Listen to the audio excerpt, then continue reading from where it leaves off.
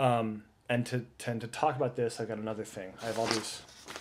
Oh, this is going to be so great when I have an actual screencast software and/or just all my stuff in one place. Okay, so we talked about the experience of communicating in the world and how to write and transmit language and ideas. Now we're going to talk about the experience or the process of experiencing the world is what I'm talking about here. Of sort of living in the world and how we receive information and live through it. So it's a 4-step process that is really important to how writing works. Step 1, physical phenomena take place.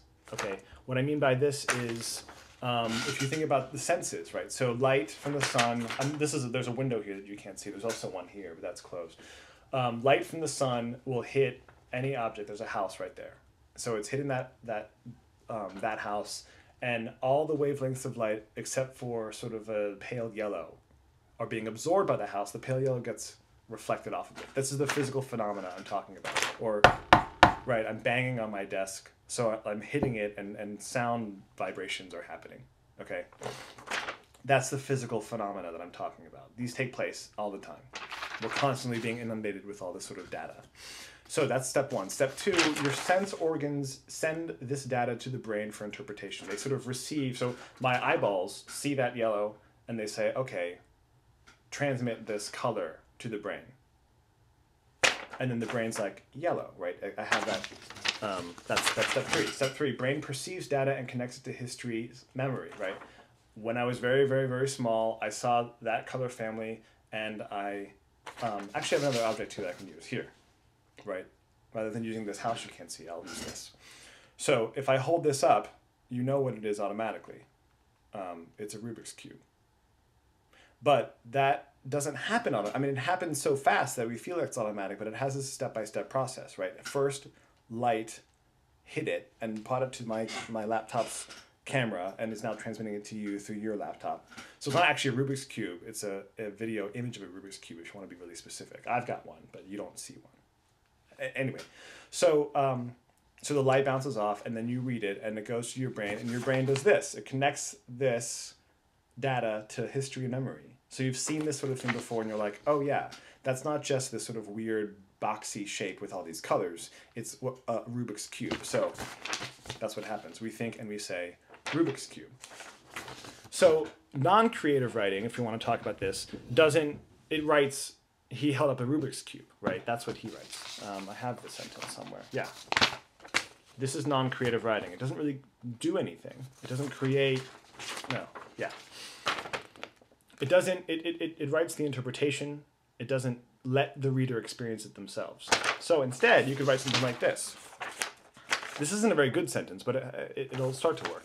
In the space between us, he held a little toy instickered on each side with every rainbow color. If you can invent words like instickered, that's always going to help you. I like inventing words. But so what that does, just to break this down more, is not go right to the interpretation, right to the moment where the brain interprets that and perceives it as Rubik's Cube, but rather to say, okay, this is just the base experience. He held a little toy and stickered on each side with every rainbow color. So now you're forcing the reader to take this sentence and then sort of do the work of like, what would that be? That reminds me of a Rubik's Cube. So like they are seeing and then experiencing the Rubik's Cube on the page. This doesn't mean that you can't name anything, like that you can't use brand names. Sure, go ahead and name and say it was a Rubik's Cube or something. But what my point here is that you can't let that be, that doesn't do the job enough on its own. We need to have this evoking of the sensation itself to make that actually come alive on the page for the reader. So let's find some other examples. Let's see. Okay, so I think, did I use that before? Yeah. It's taking longer than I thought. Okay, so you have this sentence. It got dark and I found it hard to see. We looked at this earlier. Okay. This is actually my sort of bad rewriting of a sentence from Annie Dillard's Seeing, the essay that, okay, sorry, my computer. Anyway, the essay we're going to read for Tuesday. So this is the bad version, right? It got dark and I found it hard to see. This is doing all the interpretation, not giving the experience. Compare that to night was knitting over my face an eyeless mask. She uses this really cool kind of personified metaphor of Night actually being able to knit something. And this didn't actually happen to her, of course. But this weird sentence, this weird idea gets at the experience of what it's like when things get darker and darker as you're outside and it's harder and harder to see. It knits over your face an eyeless mask. So we read this, we feel it at the time that we're reading it, and we're there in the scene, like as she was. This is sort of everything that you could do. If you want to be a good writer, it's all of our goals. If we're doing this, we're doing our job, and you can feel good about the work you're doing. Here's another example. That really bad. He was a tall man, etc., etc. A nice man, tall and interesting. Compare this is an even worse sentence. This is my own, but I just came up with it. He stood like a vending machine before me, telling random passing strangers how great they looked today.